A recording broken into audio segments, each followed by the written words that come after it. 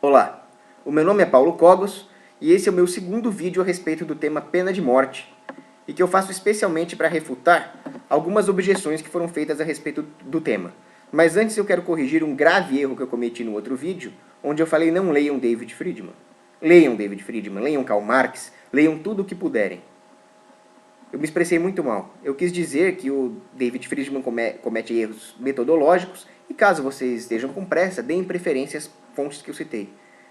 Mas tem coisas boas em David Friedman. Agora vamos ao vídeo. O Rodrigo Souza, da comunidade Debate Político no Facebook, faz as seguintes objeções contra a pena de morte. A primeira é de que a lei privada, o contrato privado, não poderia ser violado mesmo que isso desrespeitasse os direitos naturais. E ele disse que os direitos naturais são um conceito abstrato. Ele fala que o poder de tirar a vida de alguém é grande demais. E ele fala que numa sociedade anarcocapitalista não haveria pena de morte, porque o poder de matar seria barganhado por alguma outra coisa e as próprias pessoas teriam medo dos riscos inerentes à pena de morte. Eu vou refutar um por um. O primeiro é esse de que não haveria pena de morte na sociedade livre. É errado pensar o sistema judiciário privado da mesma forma que nós o pensamos hoje, de forma análoga. O que nós temos hoje é um tribunal onde o promotor acusa o réu, mesmo sabendo que ele é inocente, e onde o advogado de defesa defende o réu, por mais que ele seja um facínora, por mais que ele saiba que ele é culpado. E o pior, o mais bizarro de tudo, é que quem tem mais dinheiro ou mais contatos políticos acaba tendo mais chance de vencer o processo. Ou seja, a ciência, a verdade e a justiça não são levadas em conta. O que é levado em conta é o poder aquisitivo ou político de cada parte. Mas isso só existe porque a justiça hoje é um monopólio coercitivo do Estado. É o socialismo da justiça. Agora, o que o consumidor realmente demanda? As pessoas demandam segurança, justiça e paz. As pessoas demandam respeito aos direitos naturais. Dessa forma, numa sociedade anarcocapitalista, a demanda seria por tribunais que respeitassem a verdade, a justiça. Ninguém quer viver numa sociedade onde o mais rico ou o mais poderoso politicamente leva o processo.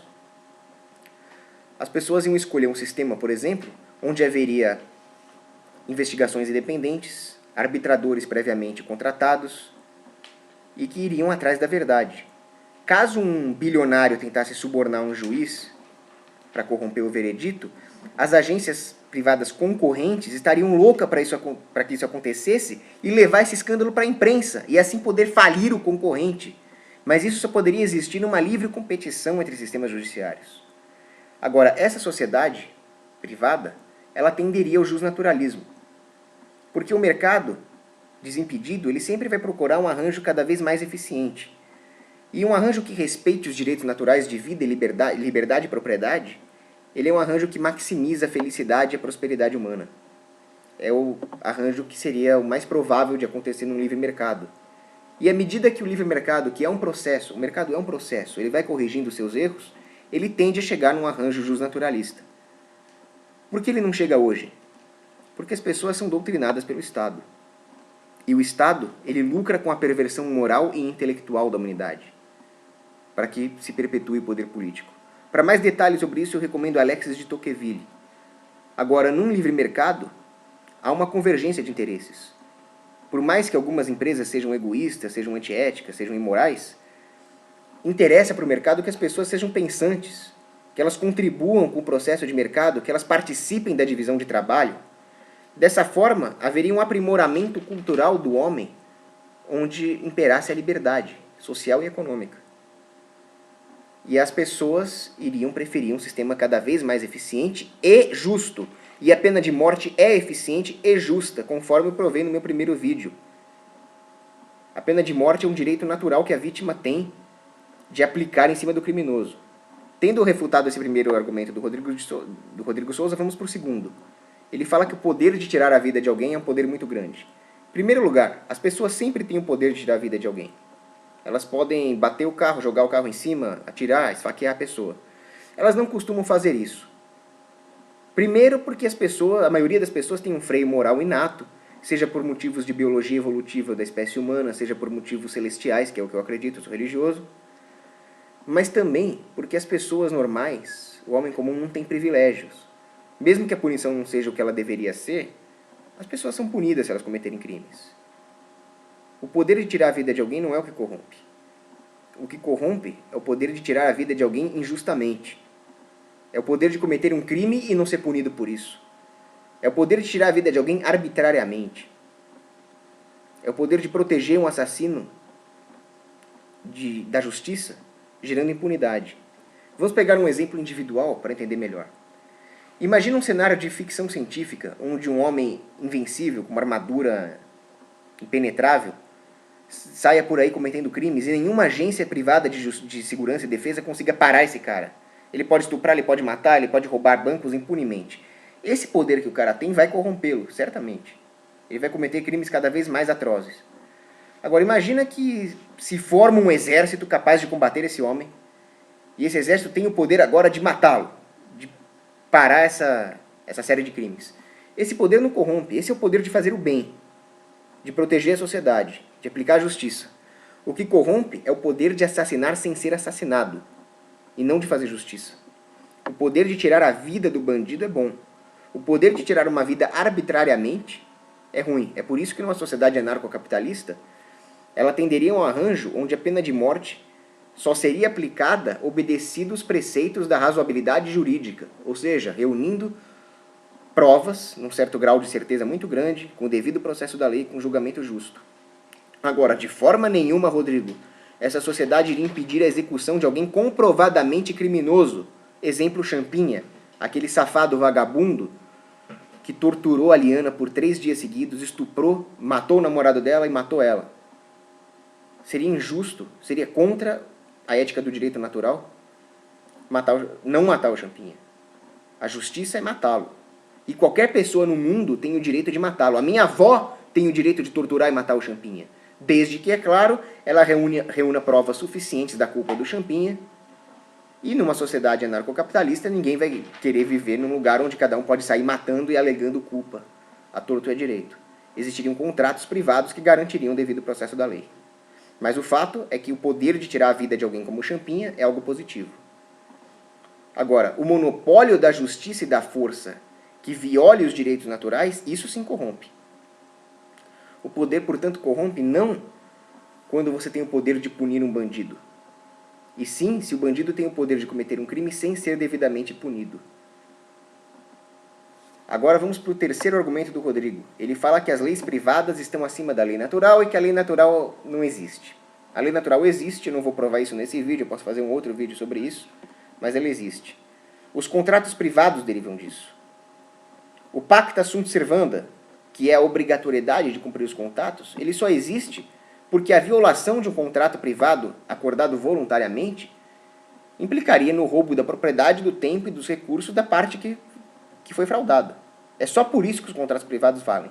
Mas de forma nenhuma ele pode passar por cima dos direitos naturais. Do contrário, não haveria diferença entre uma lei privada que passasse por cima dos direitos naturais e uma lei positivada pelo Estado. A lei positivada pelo Estado é criminosa justamente por isso, porque ela viola direitos naturais.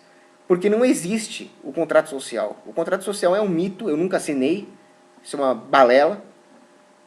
E um contrato privado que passe por cima dos direitos naturais de quem não assinou esse contrato é criminoso da mesma forma. Mais um exemplo para entender.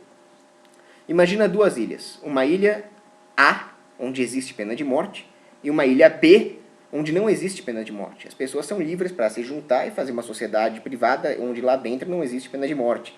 Eu acho que a Daniela Marangoni, que é uma menina lá da comunidade de debate político, que é contra a pena de morte, escolheria viver numa sociedade dessas, até o dia em que ela é inteligente. Ela ia perceber, ela ia se mudar para a minha sociedade onde tem pena de morte. Agora, vamos supor que essas 2 ilhas, A e B, não tenham nenhum contrato entre si.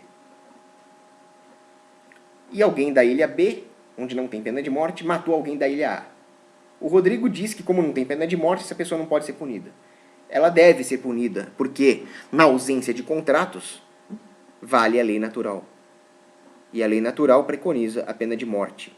Do contrário, se nós aplicássemos a ideia do Rodrigo, bastaria que um grupo de bárbaros montasse uma sociedade privada onde não tem pena de morte para saques, e eles poderiam sair saqueando o resto do mundo, impunemente. Ou, pelo menos, não tendo uma pena à altura. Pela lógica, eles também poderiam dizer que a pena para saque é uma multa de R$1. E aí nós teríamos que respeitar a lei deles? De jeito nenhum. Não vale a lei mais branda. E também não vale a lei mais grave. Vale a única lei que existe, que é a lei natural, de onde derivam todos os contratos.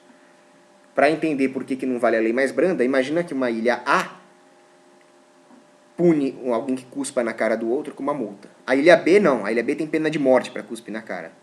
Agora, se um da ilha A cospe na cara de alguém da ilha B, vale a proporcionalidade preconizada pela teoria do direito natural. Você não pode executar alguém só porque ele cuspiu na sua cara. Finalmente, vamos entender aquela questão do risco, do medo que as pessoas teriam da pena de morte. Para entender isso, eu proponho uma analogia com o controle de armas. O controle de armas numa sociedade privada se daria da seguinte forma. Você tem o direito de se armar, de se defender. É um direito natural também. Você pode ter uma faca, você pode ter uma pistola automática, um fuzil, uma metralhadora. Agora vamos subindo. Você pode ter um tanque, você pode ter um cruzador, você pode ter uma ogiva nuclear estratégica, ou se todas as pessoas do mundo tiverem ogivas nucleares estratégicas, isso seria um risco inaceitável. Eu acho que seria um risco inaceitável.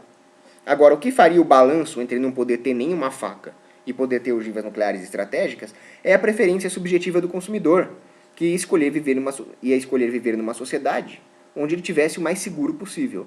Eu imagino que isso levaria a uma sociedade privada a ter lá fuzis, pistolas automáticas, agora armas mais pesadas seriam controladas, e armas como ogivas nucleares estratégicas, que nem a Tsar Bomba de 50 megaton, seriam proibidas. E a pena de morte? A pena de morte existiria, ela é um direito natural da mesma forma que as armas são direitos naturais, mas ela teria que ter certas regras para ser aplicada, o devido processo da lei. O Daniel Santana Palma, que comentou no YouTube, no primeiro vídeo, ele fala o seguinte: olho por olho e o mundo acabará cego. Se não me engano, essa frase é do Gandhi. Errado! Olho por olho e ninguém vai ter coragem de sair furando o olho dos outros. O pacifismo só funciona se o mundo inteiro for pacifista. Bastaria um único bandido, mau caráter, para escravizar ou extinguir uma sociedade de bilhões de pacifistas. Ele poderia sair matando impunemente, furando o olho. E olho por olho e o mundo acabará cego, ninguém mexe com ele. Nem o bandido gostaria de viver numa sociedade onde não existe nenhum tipo de punição. Ele ia roubar e em seguida iria ser roubado. Nem o bandido quer isso. A refutação lógica do pacifismo é que uma sociedade pacifista geraria um número horrendo de agressões que não seriam punidas. Parece um paradoxo. E é. O pacifismo ele se autorrefuta. Agora, o Daniel Santana Palma, ele fala também que a punição serve para o criminoso não cometer mais crimes. Isso seria uma medida técnica, não seria uma punição. A função da punição é punir. É fazer o bandido sofrer pelo crime que ele cometeu. É punição. Agora, alguma medida que coíbe o crime, e a pena de morte coíbe isso, é uma coisa utilitarista. A punição ela reside em argumentos lógicos e morais. E qualquer argumento utilitarista aqui seria no máximo um acessório. Tendo refutado as objeções feitas contra a pena de morte, eu concluo o vídeo. Um abraço.